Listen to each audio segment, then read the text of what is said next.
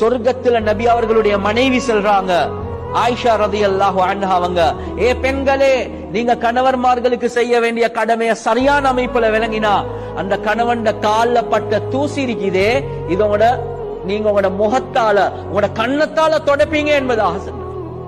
புடவால தொடப்பீங்க, ஃபூ ஃபூ ஃபூ என்று ஊதுவீங்க, இல்ல இல்ல, உங்களோட கண்ணத்தால கால்ல பட்ட தூசிய நீங்க தொடப்பீங்க.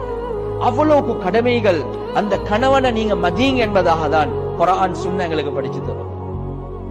ஹதீஸ்ல வருது, ரசூலுல்லாஹி ஸல்லல்லாஹு அலைஹி வஸல்லம் அவங்க தெளிவாகவே சொன்னாங்க, அலா உக்பிருக்கும் பினிசாஇக்கும் ஃபில் ஜன்னah, உங்களுடைய எந்த பெண்கள் சொர்க்கத்துக்குரிய பெண்கள் என்பதை நான் சொல்லட்டுமா? பலா யா ரசூலல்லாஹ், சொல்லுங்க யா ரசூலல்லாஹ். அல் வதூதுல் வலூத், எந்த பெண் கணவனோட அதிகமாக இரக்கமாக இருக்கிறாங்களோ, எந்த பெண் பிசிக்கலி அதிகமான பிள்ளைகளை பெற்றெடுக்கிறதுக்கு தயாராக இருக்கிறாங்களோ. மூணாவது சொன்னாங்க, இதா கதிப